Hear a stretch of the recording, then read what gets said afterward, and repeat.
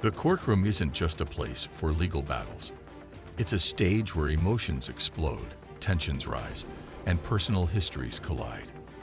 And no case proves this better than the high-stakes assault trial of AP Rocky. AP Relli, the former friend and alleged victim, has been at the heart of this legal drama. But while his testimony was expected to be crucial, what took center stage were his heated outbursts, emotional reactions, and direct confrontations in the courtroom. From lashing out at Rocky's defense attorney to throwing accusations of intimidation, Relli made sure his voice was heard, sometimes in ways that shocked the courtroom. Today, we're breaking down 11 times AP Relli lost his cool during AP Rocky's assault trial. Let's get into it. During cross-examination, Rocky's defense attorney presented Relli's social media posts as evidence. This triggered an immediate reaction from Relli, who snapped, "Why are you showing my Instagram? I'm already getting death threats. People are threatening my daughter. Like, what's going on here?" His frustration boiled over as he accused the defense of painting him as an extortionist, saying, "You're putting my whole life on display. This is getting really annoying." The judge had to intervene, warning both sides to keep their emotions in check. However, this did little to diffuse the situation as the trial progressed.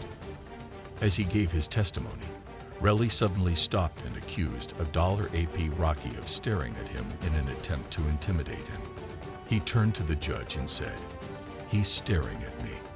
The judge briefly paused the proceedings to defuse the moment, but the tension was undeniable. Rocky's legal team dismissed the claim, stating their client was merely listening to the testimony.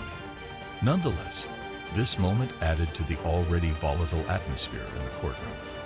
After being on the stand for multiple days, Relli's patience wore thin. He muttered under his breath, but loud enough for everyone to hear, "Got me looking stupid for 5 days."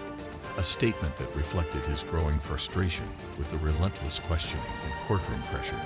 Legal experts noted that long testimonies are often used as a strategy to wear down witnesses, but Relli's open irritation only fueled the defense's efforts to discredit him. Relli's interactions with Rocky's defense lawyer were particularly explosive. At one point, he lashed out at him, saying, "You think you're slick. I'm onto you. You're not going to keep tripping me up. You're not slick." The courtroom fell silent for a brief moment before the judge regained control. The defense lawyer remained calm, but the moment was a clear indicator of how high emotions were running. Legal analysts later commented on how such outbursts could influence a jury's perception, making Relli appear less credible despite his claims. As the tension escalated, Relli's anger reached a breaking point. He stood up in frustration, leading the judge to call for a sudden recess to allow him to regain composure. Witnesses later claimed he had exchanged heated words with Rocky during the break.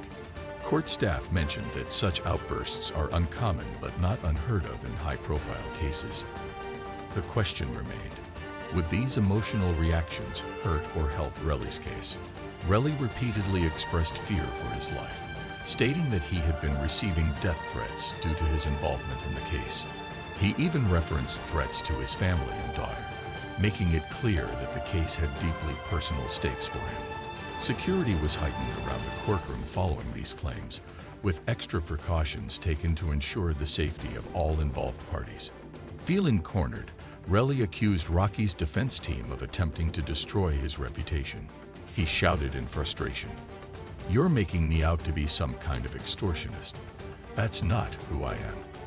Some spectators in the courtroom noted that these claims mirrored the broader theme of the trial, whether Relli was a victim or merely seeking financial compensation. Relli took issue with how his social media posts were being used against him in court. He claimed they were being taken out of context and misrepresented, leading to even more frustration during cross-examination. The defense argued that his posts painted a picture inconsistent with his claims, attempting to establish doubt in his credibility.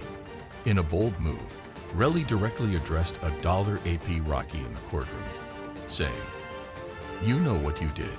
You're just trying to get away with it." The judge quickly intervened to prevent further disruption, reminding Relli to speak only when answering questions. Such confrontations are rarely allowed in court, but this one showcased the deep personal animosity between the two former friends. Throughout the trial, Relli repeatedly claimed that he was being unfairly targeted. He turned to the judge at one point and pleaded, "I just want to be treated fairly. Why am I the bad guy here?" Observers had mixed reactions. Some sympathized with his plight, while others felt his outbursts were damaging his case. As the trial neared its end, Relli made an emotional plea to the court. His voice broke as he emphasized, "This isn't just some case to me. This has ruined my life, my family's life. I just want the truth to be heard." The final statements left the courtroom in a heavy silence, reinforcing the emotional weight of the trial. AP Relli's courtroom outbursts revealed the raw emotions behind this case. But what do you think? Were his reactions justified? Or did they hurt his credibility as a witness? Drop your thoughts in the comments below. And if you want more updates on high-profile cases like this one, be sure to like, share, and subscribe. Thanks for watching, and we'll see you next time.